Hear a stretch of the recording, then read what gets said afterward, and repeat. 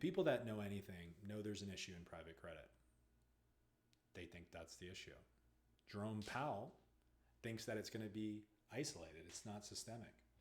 The issue is not in private credit. That's just the trigger. The issue is in insurance. It's in offshore accounts. I'm going to read you the closing of the whole. I am not a regulator. I am not a journalist. I am not an actuary. I am a recovering alcoholic who knows what addiction looks like. Someone needs more and cannot stop. This industry needs more fees the way I needed more drinks. It does not need a working group. It does not need a comment period. It needs detox, residential rehab, and sober living. And then the hardest part, surrender. These people who have spent their entire careers believing they are the higher power, they are going to have to unlearn that.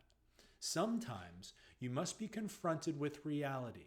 In this case, the reality that you did not start a new chapter in 5,000 years of economic history. It does not end differently because you financially engineered better. It is fugazi. The backlog is not invisible. It does not exist. The counterparty says it will never honor the contract. The NAIC's own tests say that no risk was transferred. The NAIC's own accounting standards say that it's not an asset. Vermont passed a law saying it is. Then Vermont made it confidential. Then Vermont made it immune to subpoena. There's no reason any of this is permitted except to enable and embolden theft. Not risk-taking, not innovation, theft. Tom Gober has worked insurance fraud cases for the FBI for over a decade. In every case where the forensic accountants went in on day one of a receivership, they recovered the money.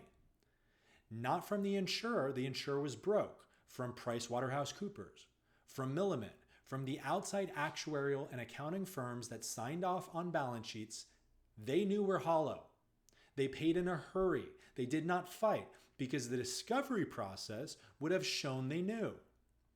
The power at stake here is so massive, so concentrated, so politically connected, so deeply embedded in every node of the regulatory and financial architecture that all I can say is, I am good with my God.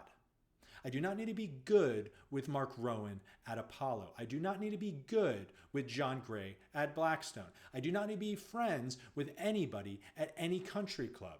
I do not need an invitation to the Alfalfa Club dinner so I can clink glasses and laugh too loud at jokes that are not funny, told by men whose net worth depends on nobody reading the footnotes. I do not need a seat at any conference. I do not need a panel invitation. I would go broke and live in the woods in Mississippi to stop this madness. I do not need to be a member of Mill Reef sitting on the beach while the greatest country burns. All I need is one friend, and his name is Tom. Once the government fills a $1 trillion hole with taxpayer money, the incentive to claw back from the architects disappears. That is what they are counting on. The extraction is complete. What remains is the obligation, and it falls on policyholders and taxpayers in that order. My generation inherits the wreckage. My children inherit the debt to clean it up. The downgrades to private credit have already started. Everyone can see them coming. The trigger is not hidden, it is on schedule. One commission with subpoena power would rip the cover off of all of this before the downgrades do it for us. For once in the history of American finance, we could be proactive. This will blow up. The only variables are when and how much the public pays for it.